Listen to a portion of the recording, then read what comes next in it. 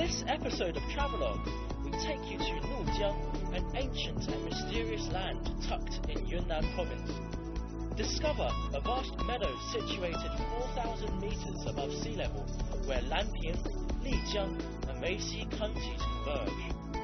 Come and meet the Pumi and LISU ethnic minority groups who live along the canyon and soak up their authentic brands of sound, laughter, and dance.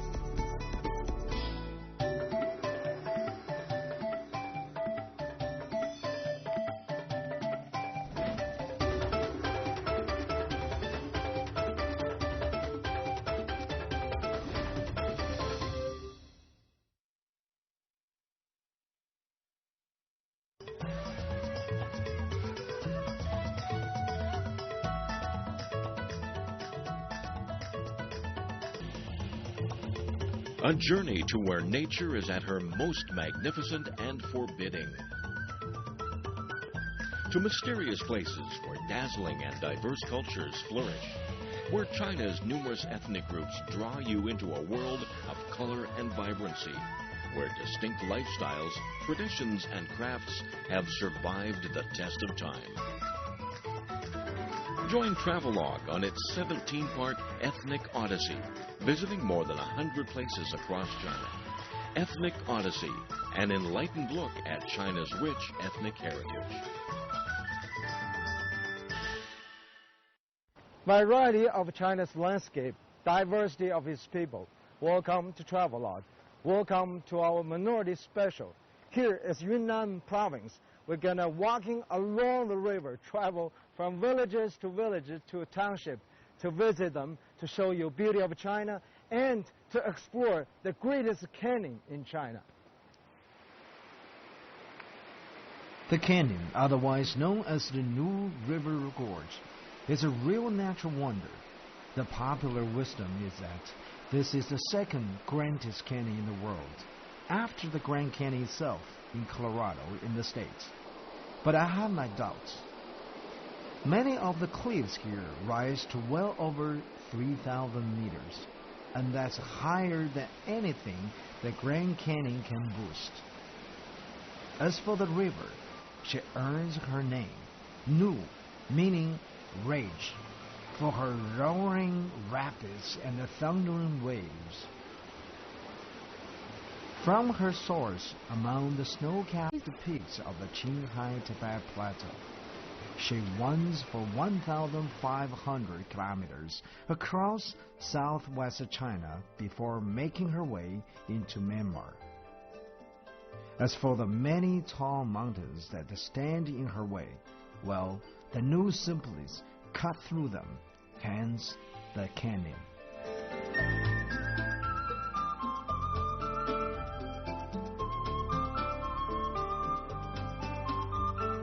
Another wonder of the canyon is the ethnic minorities. It's hard to imagine anywhere else in the world which is such a huge diversity of dialects, customs, and faiths. The only thing that people seem to have in common here is a shared belief in living in peace.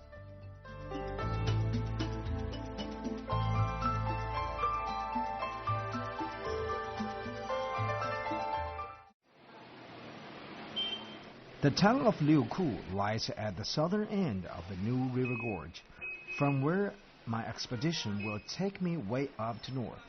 Here, one of the largest transportation center here. We can have a bus, taxi, all kind of transportation you can find in Liuku, this is a city. And this can take you all the way to the city we're going to go into, the Bingzhongluo. It takes about 6 hours. You know, if I have money, you can take a taxi. This costs us 600. Or you can take a bus. It's a lot cheaper. Or you go down the other ways, go to Baoshan, which is close to the airport. That is cheaper and shorter distance. It's only 2.5 hours. So I'm in the middle. We'll decide which way I'm going to go. So I'm going to ask all the prices, compare with everything to find out.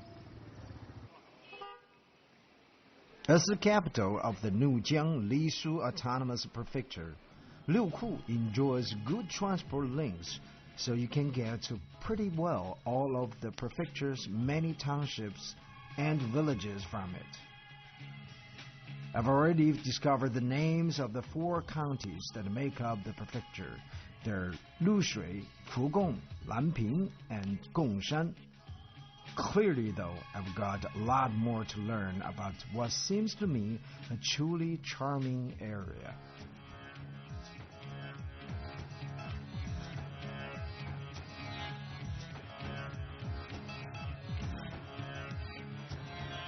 One thing, I gotta tell you, one thing.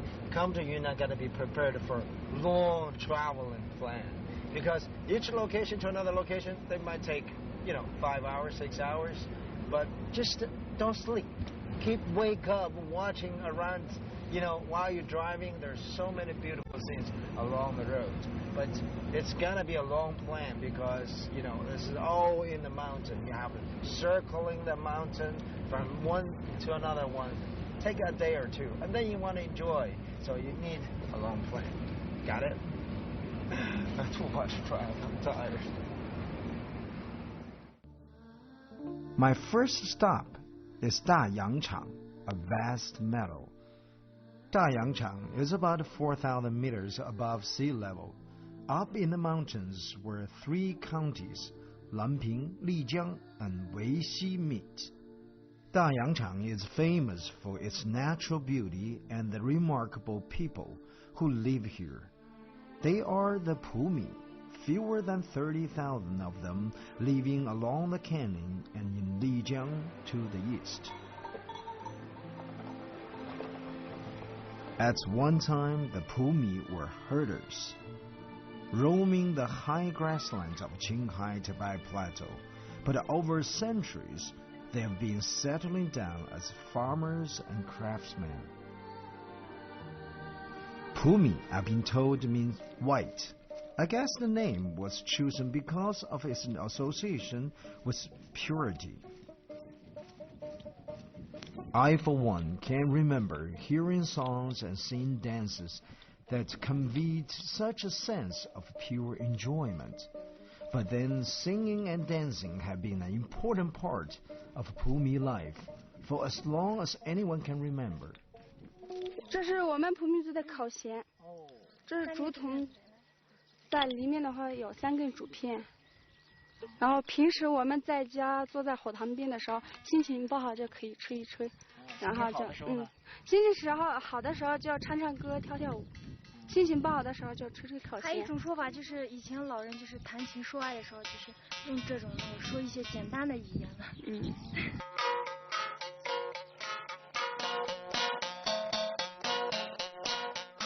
The Koxian is an icon for Pumi tradition, which makes it more a narrator of history than a vehicle of love. In times gone by, the Pumi were a nomadic folk, roaming the grasslands up north on the Qinghai Tibet Plateau. When powerful invaders came from the north, the Pumi declined to fight and instead they moved further south. Apparently, much of their wandering was done to the accompaniment of the Koxian.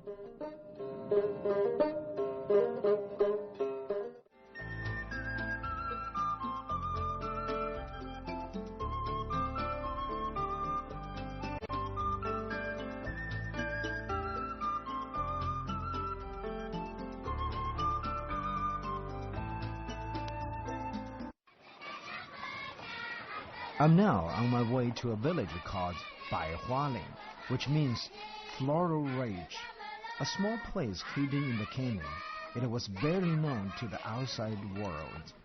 That was until a century or so ago, when the village had some visitors who left it a legacy that is making it known today. Like any other new arrival, I've given a traditional LISU welcome. The LISU, perhaps more than any other ethnic group in 3 parts, are well known for their singing and dancing, and they certainly start young. However, the songs the children are singing today are no ordinary LISU folk songs. And that's because the place I've been visiting is no ordinary LISU place. It has a secret, and just like me, a lot of people come here to investigate. The secret is connected to religion. Although most Lisu people believe in the gods of nature, there are some who don't, especially those living in the canyon's remotest mountains. Now the reason for this religious divergence is all to do with the visitors I mentioned, the ones who came here a century ago. There were missionaries who came from Britain and the United States to preach Christianity to the villagers. And it's Christianity the villagers are practicing now, but with some subtle differences. Take Christmas or Thanksgiving, for example. Yes, they celebrate it, but not on a fixed date like the rest of the world. They prefer to fit it in between 24 and 26 December. Okay. It's here's the Bible actually created in the local language. The language actually pretty much like an English alphabet, but the order they put is differently. But of course the pronunciation, everything's differently. It only started from 1928 when the British priest came in town and taught them create these words and the language. And in 1945 started to have Bible. Now in my hand, the whole Bible, the entire story is written by use the local language. And every Sunday people here to sing the song. And later on, hopefully I can ask them to sing the song. It's all in LISU language. It's time to say farewell, but here there's no waving goodbye. The villagers send me off with songs. I don't understand a single word of it, but I can't help thinking that in their singing there's something of the purity of their hearts.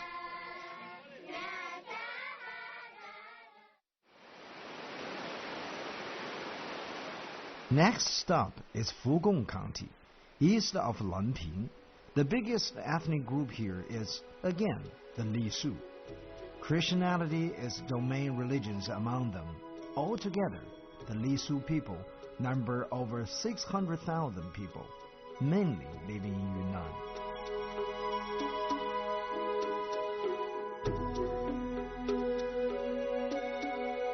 Traveling on a bumpy road can be pretty uncomfortable, especially at a moment like this.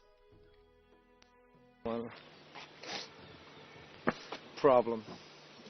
Car roll over a big stone.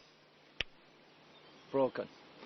Now we have all the sea, you can see the trail.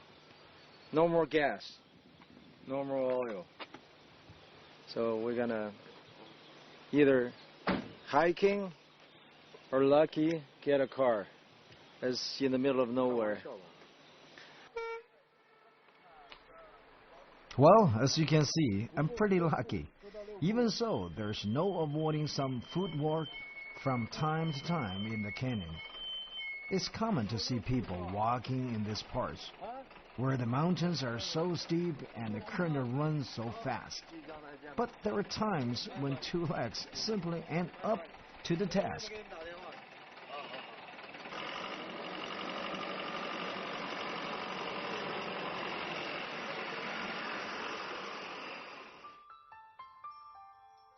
In the olden days, cables were the key means of transport in the canyon. Everything from goods to human was transported via cable. I love Yunnan. Actually, I love every place to travel. Every time I go somewhere, I can find interesting thing, exciting thing. For example, here is a cable car. I'm going to go there. It's all manual. Go with the beautiful girls, with the local, minority, and they do that every time. Now, I'm across the river. Just do it more exciting. And the first time, I'll try. Oh, I'm a little bit scared, actually. Be honest with you.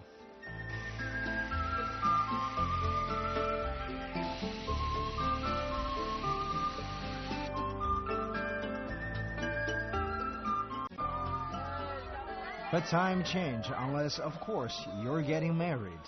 LISU style. There are the traditional songs and dances and ceremonies. It all seems just like a regular wedding, until I notice something rather strange. There's no sign of the bride and bridegroom. So what's going on? It turns out it's all part of the unique LISU wedding tradition.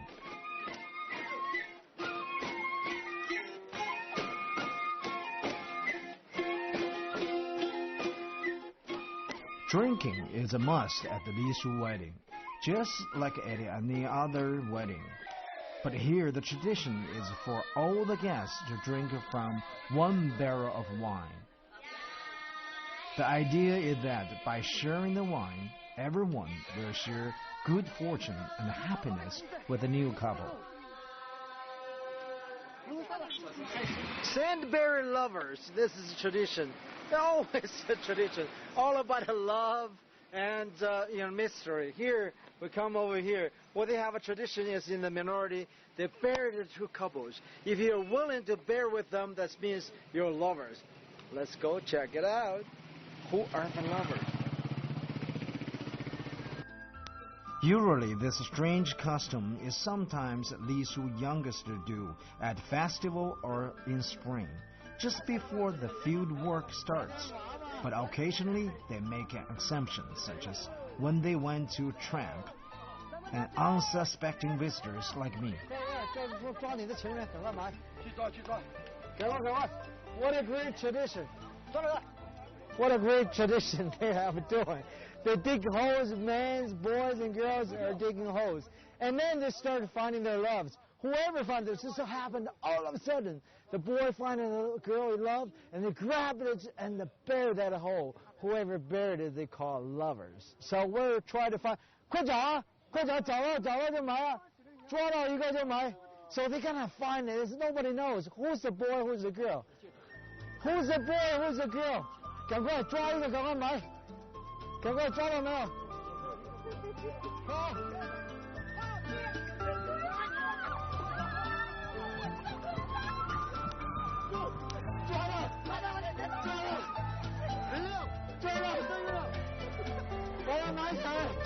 That's what happened.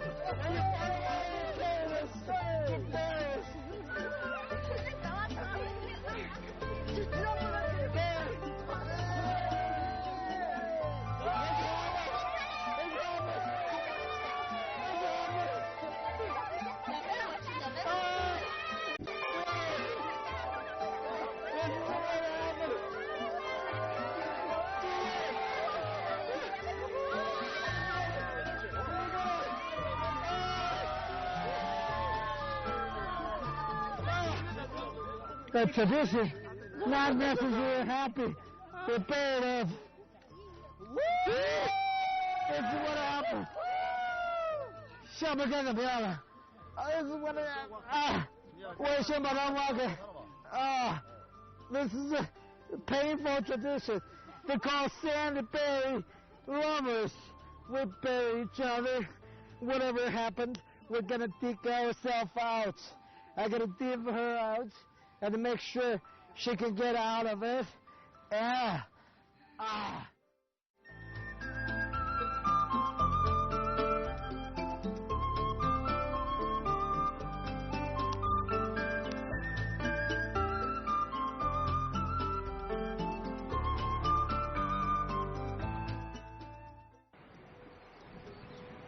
I'm now on my way up north to Gongshan Autonomous County, from where the canyon extends into Tibet. The way the mountains are arranged here forms three major rivers, the Jinsha, the Nu, and the Lancang, to flow very close together from north to south. So hereabouts, they're known as the three rivers in parallel.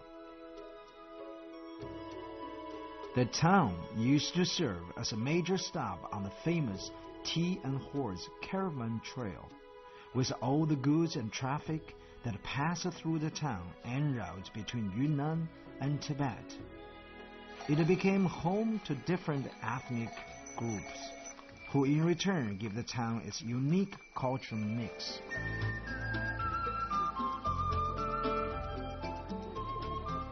the road leads to another rather mysterious village. I just can't wait.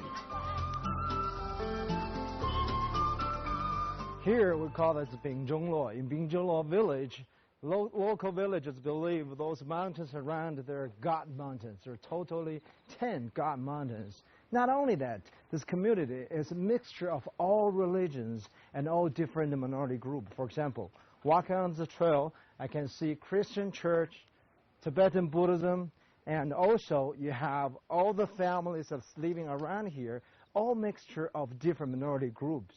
They all have their own religions. They're living together happily.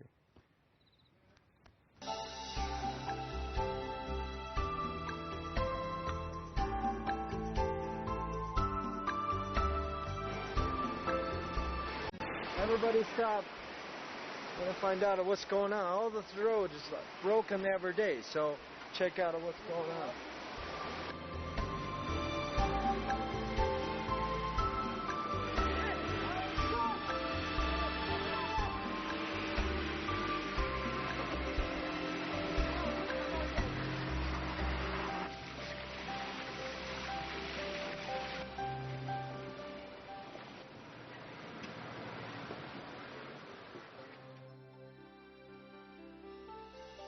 The village is called Wuli, which means in the mist.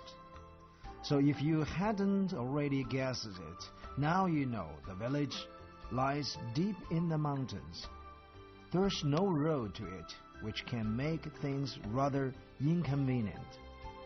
The advantage is that Wuli remains unaffected by modern civilization, the original, unspoiled paradise, in fact.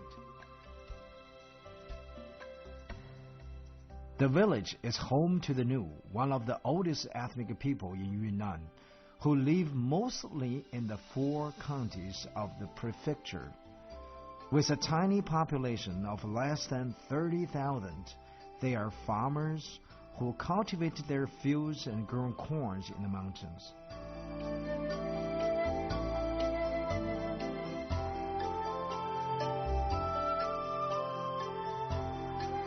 We'll see the houses, all the materials made of local. For example, we'll see the ceilings here on top of this house. Those are the platform from the rock. It's cut from the rock, piece by piece, laying there, protect the water. It's waterproof. And the wood is all trees from the local mountains. So they cut the trees, strip the skin, and there's just a piece of trees. Actually, from here, we can see the little difference from the past time. They don't have that much tools. So all we see is the entire tree trunk, layer by layer, add together. And the newer ones, things to have the new tools, so can cut by piece, like a, form already. So it's every materials from the local. And here, the 40 families enjoy their life using everything in here, and food, they make their own food. House made from the local resources. Quite independent world here.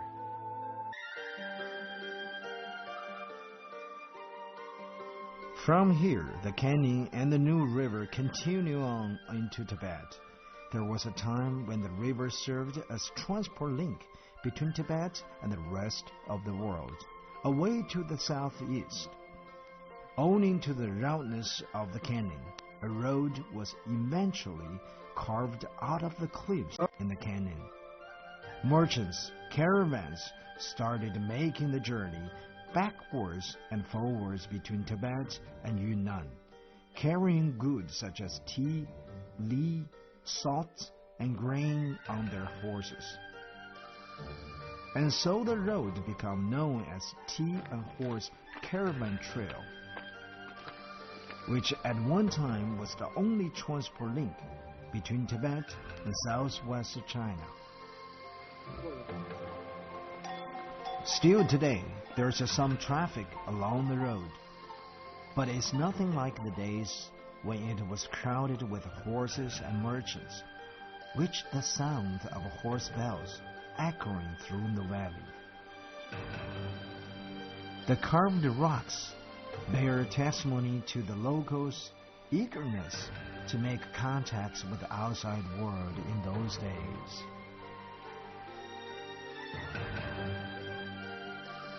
It's time to bid farewell to the canyon and to its charm and beauty. From here, our journey will continue on the famous road. The plan is to travel with a caravan of the past, in anticipation of discovering and experiencing all the wonders and mysteries that await on the road ahead. Our journey will take us on into the great and mysterious highland of Tibet. So stay tuned for more of Travelogue Ethnic Odyssey.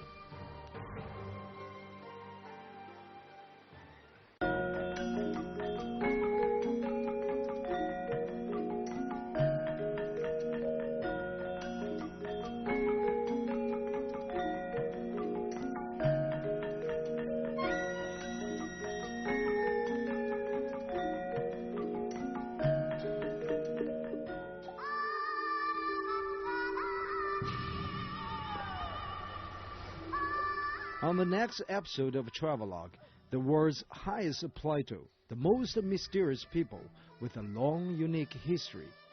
Meet the brave and devout Tibetans in Tibet.